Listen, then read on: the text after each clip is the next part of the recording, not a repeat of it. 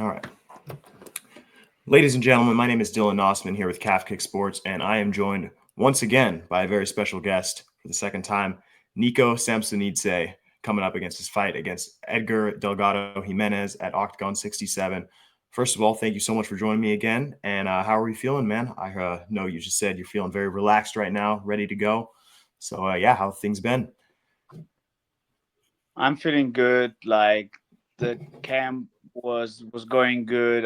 I have positive energy. Like I told you now, I just had a good massage with my physiotherapist.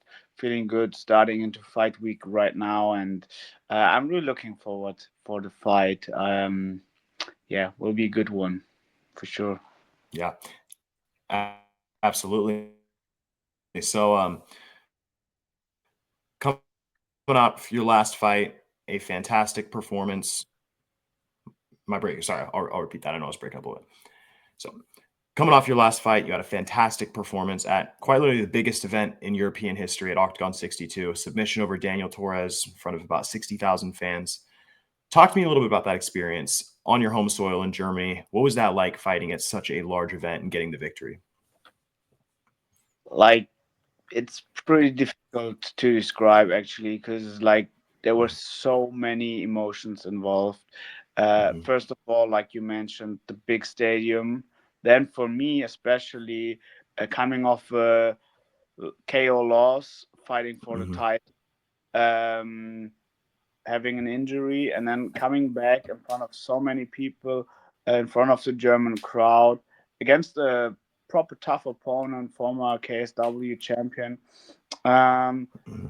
but yeah, like you said, everything went well, and I mean, first of all, was MMA history, such a big event, and then also for me, it's like one of my highlights so far in my career, I could say, because everything worked out like I imagined, and yeah, it was just like the atmosphere, how big the stadium was. I like me like when I look back, let's say 10 years ago practicing the sport, I would have never imagined myself fighting in front of such a crowd. You know. Mm-hmm. Absolutely, yeah. It was a fantastic event and fantastic experience to watch. What are the biggest improvements you have made since then? Obviously, we know you're a stellar grappler. You got the win by submission last time. What are the biggest things you've been focusing on in training since that last victory? Well, originally I would consider myself a grappler, but Mm-hmm. I'm not anymore. Like I learned so No. much after Frankfurt. I've been for nearly 6 weeks to New Zealand training Okay. there with Israel Adesanya and these guys. So I improved a Mm-hmm. lot of like also my striking Mm-hmm. worked like they work so smart over there. I learned a lot of stuff from them. Um, yeah, and I'm like ready to show it next week that I'm not only a grappler. I can grapple. I love to grapple. I love to wrestle, and also I love to box. So Mm-hmm. wherever the fight goes, I will showcase my skills. Absolutely. Did you have a chance to get some rounds in with Dan Hooker while you were down there? Yes, I had some fun rounds with Dan Hooker. That was amazing, actually. That's awesome. Well, I'm sure getting those striking rounds will keep you prepared for anybody in the world if you can hang with him in the gym. Yeah, So also like that's. the people there, they are so like down to earth, really, Mhm. really good people. So I really like the vibe there. Yeah, I mean, City Kickboxing, one of the top camps in the world for sure. So, so your opponent coming into this, Edgar Delgado, Costa Rican fighter, former champion down at Luke's Fight League in Mexico, actually. What are your opinions on this matchup, and how is it for you that Octagon is starting to go out and sign more, global fighters, people from different continents, different countries, really going global with the promotion? Well, first of all, to my opponent, I saw his fights. He's a tough guy. He had like I think a 6 fight winning streak, um, and it's like he has kind of an awkward style. I feel, Mm-hmm. but dangerous. Also, his grappling is pretty good. He's also a black belt, so a lot of things to be aware of, and. I think he defended 3 or 4 times the belt over there in Lux Fight League. So that shows like Mm, that he's pretty good, but I think yeah, now him coming over to Octagon will be different. But I like that Octagon is signing a lot of different people all over the mm, world. Actually, I was just talking to a friend how interesting and funny it is, like to fight people from all over the world, and then we were talking about mm, all my former opponents, from where they have been, from which countries. So I think mm. that's nice. It's amazing. Why not? Yeah. Well, it's amazing because every culture has a fighting tradition. Every country has some sort of combat sport, so it really connects people in such a different way than you'd expect. The international meeting of skills and combat. So yes, it's very neat to see those matchups play out. I know going into your last fight, you spoke to me about working with getting donations to Palestinian people who are struggling with the conflict going over there. Are you doing anything this fight in specific, outside of the cage, charity wise, or are you still kind of working on that same mission you were previously? Yes, I still have some of the merch I was selling still going on. Hmm. I bought like the ones I had, and then I did another session. Hmm. So I'm still selling. There are a couple left, so I'm doing this, and then whenever like there's some stuff possible, Hmm. I'm doing. For example, last fight, um, I took a picture with the like I had the glove put Hmm. inside the painting, and then the guy, like everybody could like try to put money on it, and the person Hmm. who gave the most money got it, and the money I got from it was also a donation for children with cancer. So I'm trying to at least do some stuff for Hmm. this fight. I haven't planned anything yet, but probably after the fight, Hmm. when I have a little bit more time to think about stuff like this.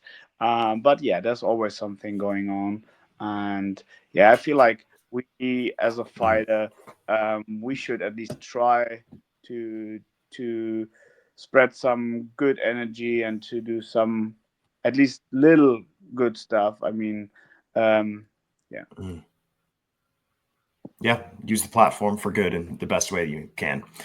So, uh, if you go out and get the victory this next Saturday, which I fully expect you will, what is on the horizon for you in 2025? Are you looking at another title shot to face, Losane Keita, maybe get a rematch there? Do you think he might vacate and just stick to lightweight? And then are there anybody you have your eye on? What's kind of your plans for an ideal 2025 moving forward? Yes, well, we don't know what's happening with the division, so Hmm. that's a little bit on hold. But apart from that, for me, I envision my 2025 like improving, showing that I'm a mature fighter who has like good skills and who can be in there with anybody, and wherever that leads me Hmm. to. Uh, So I have big plans for 2025, but I'm still taking it step by step, focusing now on February 22nd, and then looking forward to fight at least 2 more times. Hmm. Absolutely. You're going back to the Czech Republic for the first time in a while, obviously fighting in Germany. And despite you not being from there, you are somewhat the home fighter, being from Europe and being the kind of known name within Octagon. Does this feel like almost a home fight for you, going back in front of the Czech fans, or does this feel like almost more of a business trip and you're meeting somebody on neutral ground? Uh, to be honest, before when you didn't ask me the question, I felt like this, that it's like going somewhere and it's we meet there on neutral ground.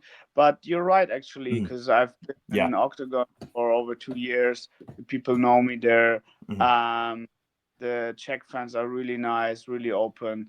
I really love them. Mhm. So actually, uh, it's kind of home soil.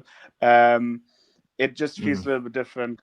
Or when I was fighting in Germany, so many of my friends, Mhm. people were coming, and this time because it's a little bit more far away, it's a little bit more difficult for them. But yeah, actually, you're right, and that's a good point of view. Hmm. Hmm.